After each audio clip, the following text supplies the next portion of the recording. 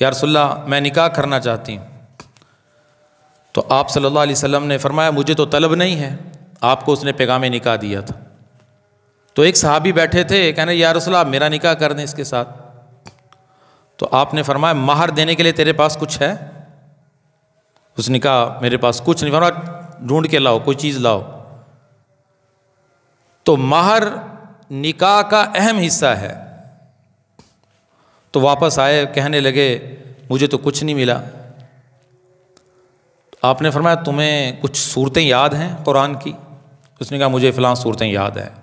فرمایا تم اس عورت کو وہ قرآن سکھا دو, وہ مہر بن جائے گا. وہ ایک الگ مسئلہ ہے کہ تعلیم قرآن مہر بن سکتا ہے یا نہیں, وہ ایک الگ مسئلہ ہے.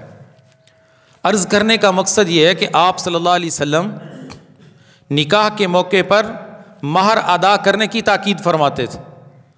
اور آپ صلی اللہ علیہ وسلم نے اپنی بیٹیوں کے نکاح فرمائے, خود نکاح کیے. ہر نکاح میں اللہ کے نبی صلی اللہ علیہ وسلم مہر مقرر کرتے تھے. تو نکاح کے موقع پہ عورت کے اعزاز میں مرد پر ذمہ داری ہے کہ اس کا مہر اسے ادا کرے. مہر کیسے ادا کیا جائے, کتنا ادا کیا جائے, اس کی صورتیں کیا ہیں؟ پہلی صورت یہ ہے کہ عورت کو اس کا مہر مثلی ادا کرنا چاہیے. مہر مثلی کیا ہوتا ہے کہ اس جیسی اس خاندان کی عورتوں کا جو مہر مقرر کیا گیا تھا, اس عورت کو بھی اتنا مہر دینا چاہیے. عورت مہر مثلی کا مطالبہ کر سکتی ہے. اب عورتوں کو مسائل کا علم نہیں ہے, چونکہ دین سیکھنے کی ہمارے اندر رغبت شوق نہیں ہے. عورتوں کو گھروں میں بیٹھی رہتی ہیں, دین کا پتہ نہیں ہوتا, بنیادی مسائل سیکھتی نہیں ہیں, اس لیے اس کے متعلق بھی کوئی پتہ نہیں ہوتا کہ ہمیں شریعت نے کتنا اختیار دیا, ہم کیا کیا مطالبہ کر سکتی ہیں. عورت اپنے مہر مثلی کا مطالبہ کر سکتی ہے کہ میرے خاندان کی عورتوں کا اتنا مہر تھا, میں بھی اتنا مہر لوں گی. لیکن وہ موقع ایسا ہوتا ہے عورت کے خاندان پر, عورت کے گھر والوں پر ایک قسم کا دباؤ لوگ کرتے ہیں, بتاتے نہیں ایک دوسرے کو, بس جتنا یہ آپ مقرر کر دیں, جتنا آپ کہہ دیں اتنا مقرر ہو جائے گا. نہیں, عورت کی طرف سے کوئی بات کرنے سے بھی لوگ ڈرتے ہیں, حالانکہ شریعت میں ایسا نہیں ہے. عورت مہر مثلی کا مطالبہ کر سکتی ہے, اور مرد کے ذمے ہے کہ وہ مہر مثلی ادا کرے. دوسری صورت یہ ہے کہ آپس میں جو مشورے سے طے ہو جائے وہ بھی مہر بن سکتا ہے. اور تیسری صورت یہ ہے جسے مہر مسنون کہتے ہیں. حضور صلی اللہ علیہ وسلم نے اپنی ازواج مطہرات کا اور اپنی بیٹی سیدہ فاطمہ الزہرا رضی اللہ تعالیٰ عنہ کا جو مہر مقرر کیا تھا اتنا بھی مقرر کر سکتے ہیں. اس سے مہر مسنون کہتے ہیں. شرعی مہر یہ نہیں ہے, یعنی کہ اس سے کم زیادہ بھی ہو سکتا ہے, لیکن سنت پر عمل کرنے کا ثواب اس کو مل جائے گا جو مہر فاطمی مقرر کر لے گا. اگر کوئی اتنی طاقت نہیں رکھتا تو اس سے کم بھی کر سکتا ہے, اگر زیادہ طاقت رکھتا ہے اس سے زیادہ بھی دے سکتا ہے. جو فکس متعین رقم ہے وہ چوتھی صورت میں ہے, وہ بھی عرض کرتا ہوں, جو شریعت نے مقرر کی, اس سے کم نہیں ہو سکتا. تو مہر فاطمی اگر کسی میں دینے کی طاقت ہے, آپ صلی اللہ علیہ وسلم نے جو ازواج مطہرات کا مہر مقرر فرمایا تھا, اگر دینے کی طاقت ہے تو اتنا دے دے, انشاءاللہ سنت پر عمل کرنے کا ثواب ملے گا. لیکن طاقت میں ہو, یہ نہ ہو کہ مہر مقرر کر لیں, مہر فاطمی مقرر اور لکھوا دیں, دوبارہ دینے کی طاقت ہی نہ ہو, ہمت ہی نہ ہو, پھر معاف کرانے کے چکر میں پڑ جائے, عورت کے اوپر دباؤ ڈالیں کہ مہر معاف کر دے. یہ بھی معاشرے کا ایک بڑا عجیب عمل ہے کہ عورت کو ایک چیز اعزاز کے طور پر نکاح کے موقع پہ ملتی ہے, تو مرد کی بے وقوفانہ حرکت یہ ہوتی ہے کہ اسے معاف کرانے کے چکر میں ہوتا ہے کہ کس طرح سے یہ مجھے معاف کر دے. عورت کمزور ہے,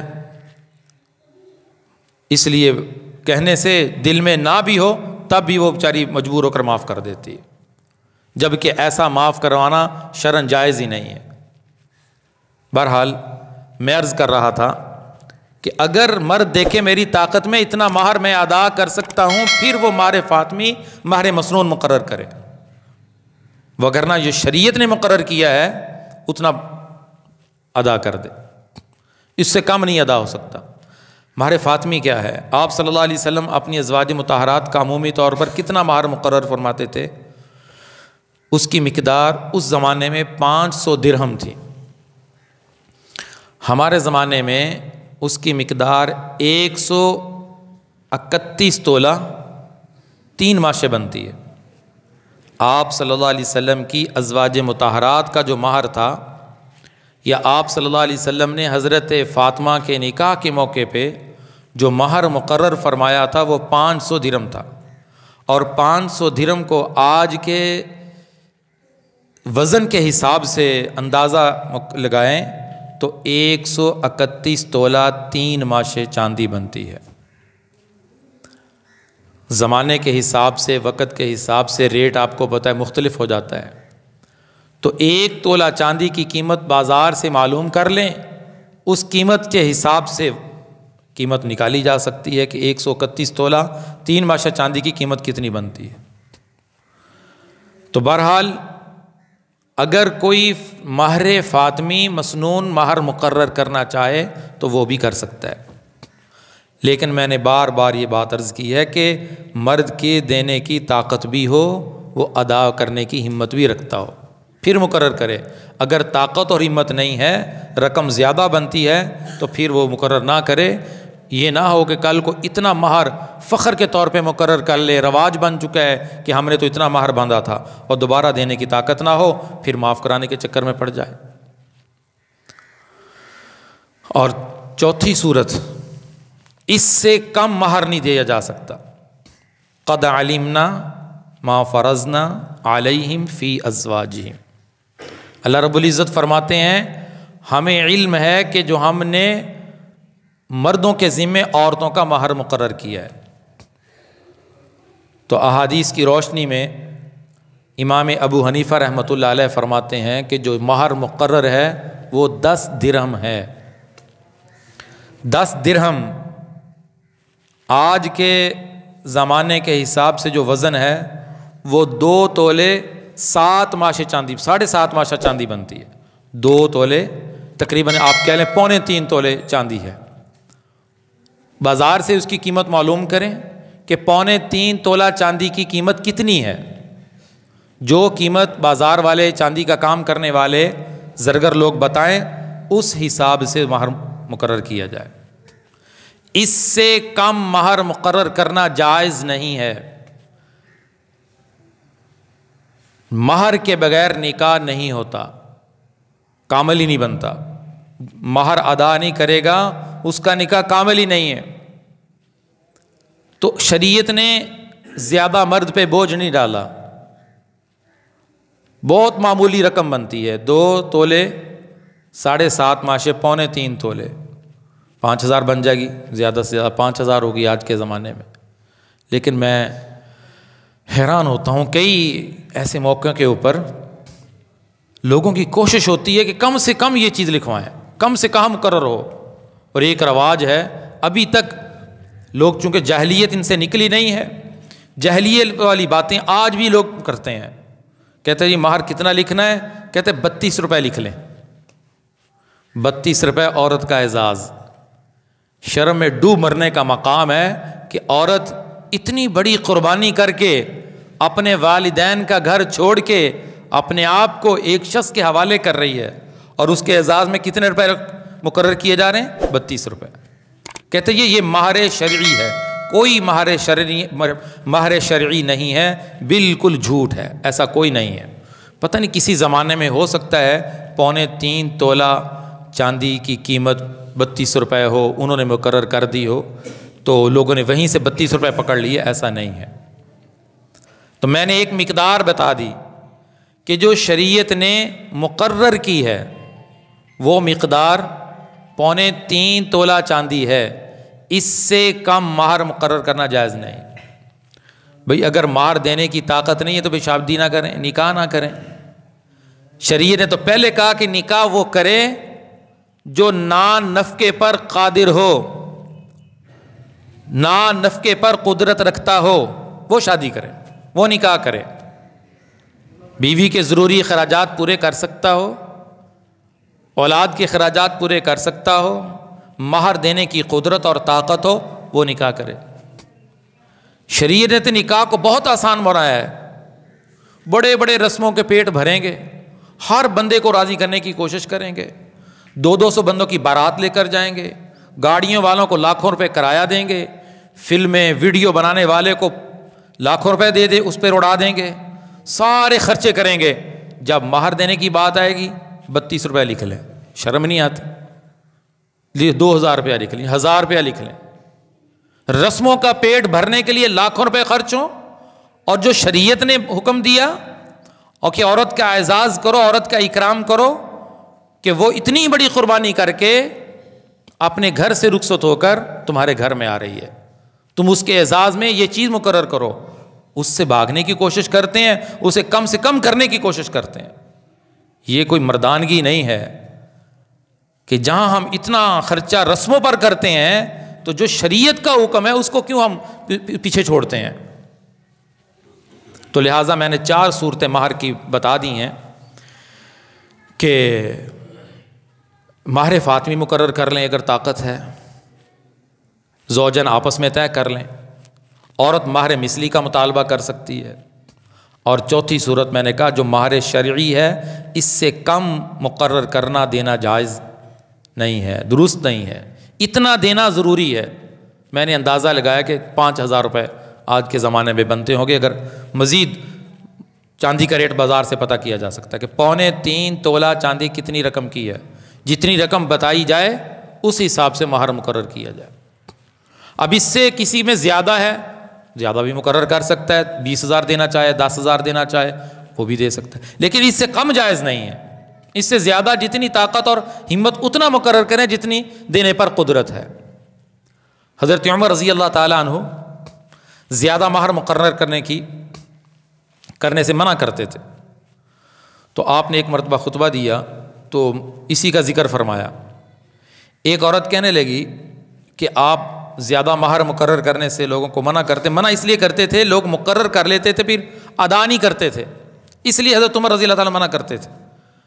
مقرر کرنا جائز ہے تو آپ اس طرح منع کیوں کرتے ہیں؟ قرآن میں تو اللہ تعالیٰ فرماتے ہیں کہ جب تم عورتوں کو قنطارا ڈھیروں مال دے دو تو فلا تأخذوا منہ شیئا، اسے واپس نہ لو۔ تو اللہ تو ڈھیر مال کا ذکر کر رہے ہیں تو آپ کہہ رہے ہیں نہ دیا کرو۔ حضرت عمر فرمانے لگے، ایک عورت نے مجھے مسئلہ سمجھا دیا، فرمایا تو نے درست کہا، اور پھر ممبر سے نیچے اترے، فرمایا جتنا چاہو مہر مقرر کرو، زیادہ سے زیادہ، آج کے بعد میں نہیں روکوں گا۔ عورت نے حضرت عمر رضی اللہ تعالیٰ عنہ کو قرآن کی آیت پڑھ کر استدلال کر کے بتایا کہ اللہ رب العزت فرما رہے ہیں قنطار کہتے ہیں ڈھیر مال کو، تو اس کے بعد حضرت عمر نے لوگوں کو منع کرنا روک دیا۔ بہرحال جو مہر مقرر ہو جائے اس کے ادا کرنا مرد کے ذمے ہے، مرد کے ذمے، یہ قرض ہے۔ اب اس کی 2 صورتیں ہوتی ہیں نکاح کے موقع پہ، پوچھتے ہیں یہ رجسٹر پر کرنے والا پوچھتا ہے کہ مہر معجل لکھنا ہے یا مہر مؤجل لکھنا ہے، لفظ صرف حمزہ اور عین کا فرق ہے۔ مؤجل حمزہ کے ساتھ دیر سے ادا کرنا، بس مہر معجل لکھ دیں۔ اب عوام کیا سمجھتی ہے، معجل لکھ دیا، اب کبھی اللہ حفاظت فرمائے رشتے کی، کبھی طلاق کی نوبت آ جائے پھر ادا کریں گے، جب خامد مر جائے گا پھر ادا کریں گے۔ معجل کا یہ مطلب معاشرے میں سمجھا جاتا ہے، عورت کو دیتے ہی نہیں ہے۔ آپ صلی اللہ علیہ وسلم نے فرمایا جس نے مہر ادا نہ کیا وہ بدکار ہے، وہ بدکاری کرنے والا ہے۔ سختی سے تنبیہ وعیدیں بیان فرمائی جو مہر ادا نہیں کرتے، اور یہ مرد کے اوپر قرض ہوتا ہے، اور قرض آپ دیکھیں کہ کتنی بڑی ذمہ داری ہے۔ اللہ کے نبی نے فرمایا مطل الغنی ظلم، مالدار ہے، قرض دے سکتا ہے، پیسے موجود ہے، اس کے باوجود مہر نہیں ادا کرتا، غنی کا ٹال مٹول کرنا ظلم ہے، یہ ظالم بنتا ہے۔ تو فرمایا جو مہر مقرر ہو مرد اسے ادا کرنے کی فکر کرے۔ تو جو کہا جاتا ہے مہر معجل دیر سے ادا کرنا، اس کی کوئی تاریخ ہی نہیں متعین ہوتی. شریعت میں ضروری ہے اس کی تاریخ تو متعین کریں، اس کا وقت متعین کریں کہ کب تک یہ مہر مرد عورت کو ادا کر دے گا. اس سے پہلے عورت مطالبہ نہیں کر سکتی. لیکن اگر مہر معجل فوراً ادائیگی لکھوائی ہے تو فوراً اسے ادا کرنا چاہیے. سب سے بہتر اور خوبصورت صورت یہ ہے کہ نکاح کے موقع پہ اسے ادا کر دیا جائے. یہ ہے اصل اعزاز اور اکرام جو رسول اللہ صلی اللہ علیہ وسلم کی سنت اور آپ صلی اللہ علیہ وسلم کی تعلیمات کی روشنی میں جو بات سمجھ میں آتی ہے. شریعت نے جس کو پسند کیا ہے کہ نکاح کے موقع پہ یہ عورت کا اعزاز اکرام اس کے سپرد کر دیا جائے. لیکن معاشرہ چونکہ رسموں سے بھرا ہوا ہے تو عورت کے اوپر اس بات کا بھی دباؤ ڈالا جاتا ہے کہ عورت اس کو بھی معاف کر دے. بھئی نکاح کے موقع پہ تم نے عورت کو دیا کیا ہے؟ جہیز تم نے مانگا، مطالبات تم نے کیے، 100 بندوں کی برات تم لے کر گئے، فلاں فلاں موقع پہ تم نے لڑکی کے باپ کے ذمہ بوجھ ڈالا، اور اب جب ایک چیز دینے کی آئی اس کو بھی معاف کروانے کے چکر میں ہے. جس طرح معاشرے میں معاف کروایا جا رہا ہے، مہر سے معاف نہیں ہوتا. اپنے سر قرض لے کر بندہ دنیا سے چلا جاتا ہے. کتنی بڑی سخت وعید ہے. عورت کی مرضی ہے خوش دلی سے کبھی معاف کر دے. عورت کے ہاتھ میں وہ رقم پکڑانی چاہیے، اس کی ملکیت میں دینی چاہیے، اس کے قبضے میں دینی چاہیے. قبضے میں آنے کے بعد وہ واپسی کی صورت بنا دے وہ ایک الگ صورت ہے. لیکن علماء نے لکھا ہے کہ مرد کے لیے یہ عمل اچھا نہیں ہے مرد کے لیے کہ عورت سے مطالبہ کرے کہ مہر تم مجھے معاف کر دو. یہ عمل اچھا نہیں ہے. عورت کا ایک حق تھا، عورت مرد کے ذمہ تھا، اس نے ادا کیا، اس کا اعزاز اس کا اکرام تھا. فرمایا کہ مرد کے لیے یہ صورت اچھی نہیں ہے کہ دل میں یہ بات رکھے کہ میں کل کو اسے معاف کروا لوں گا. اور بعض بچیاں، میں نے کہا نا عورت تو معصوم ہوتی ہے، اور آتے ہی گھر میں اس کو ترغیب دینی شروع ہو جاتی ہے. خواتین ترغیب دیتی ہیں، باقاعدہ بات چلائی جاتی ہے پوری کہ اس عورت کو ترغیب دو یہ مہر معاف کر دے. کتنی شرمناک یہ حرکتیں ہیں اور کتنی یہ احمقانہ حرکتیں ہیں کہ عورت کو ایک اعزاز کے طور پر اللہ رب العزت نے مرد کے ذمہ ایک چیز واجب کی ہے، وہ اس کو معاف کروانے کے چکر میں. اس لیے ہمارے معاشرے سے ان چیزوں کو ہم نے ختم کرنا ہے. جو شریعت نے جس کو پسند کیا ہے ہم نے دل کھول کر اس پر خرچ کرنا ہے، اور جس کو شریعت نے پسند نہیں کیا اس کے اوپر ہزاروں روپے لگ رہے ہیں. جس سے منع کیا ہے اسے بڑی خوشی سے ادا کر رہے ہیں. اللہ اکبر. کتنے کام ہوتے ہیں شادی کے موقع جو رسموں کے طور پہ پورے کیے جاتے ہیں، وہاں کوئی نہیں کہتا یہ معاف کر دیے جائے. اللہ رب العزت اس قوم کی حفاظت فرمائے. بہرحال ہمیں جو شریعت کا حکم ہے ہمیں اسے ادا کرنا چاہیے. تو نکاح کے موقع پہ نکاح کی مجلس میں لڑکی سے اجازت لی جائے اور ولی نکاح پڑھانے والے کو آ کر اجازت دے، وہ ایجاب و قبول کروائے. ایجاب و قبول میں مہر کا ذکر ہو جائے تو بہت بہتر ہے. اگر مہر کا ذکر نہیں ہوتا تب بھی نکاح ہو جاتا ہے. گواہ کی موجودگی میں ایجاب و قبول کروائے اور خطبہ پڑھے. اور اس موقع پہ جیسے حضور صلی اللہ علیہ وسلم نے حضرت فاطمہ کے نکاح کے بعد چھواروں کا ایک تھال صحابہ کو بھیجا کہ صحابہ میں تقسیم کر دیے جائیں. خوشی کا موقع ہے تو اس موقع پہ یہ چیز تقسیم ہو جائے. یہ نکاح کا مسنون طریقہ ہے، سنت عمل ہے. اس کے بعد ولیمہ ہے، اس کی شرعی حیثیت کیا ہے، کیسا ہونا چاہیے، اور آپ صلی اللہ علیہ وسلم کی شادیوں کے ولیمے کیسے تھے اور حضرت علی کا ولیمہ کیسے تھا. انشاءاللہ آئندہ جمعہ اس کی تفصیل بیان کریں گے. اللہ ہمیں ان باتوں کی حقیقت اور سمجھ نصیب فرمائے. وآخر دعوانا ان الحمد للہ رب العالمین. مفتی صاحب کے YouTube چینلز کو سبسکرائب کیجئے اور ان کے تازہ بیانات کے ذریعے اپنی علمی، اصلاحی اور فکری آبیاری کرتے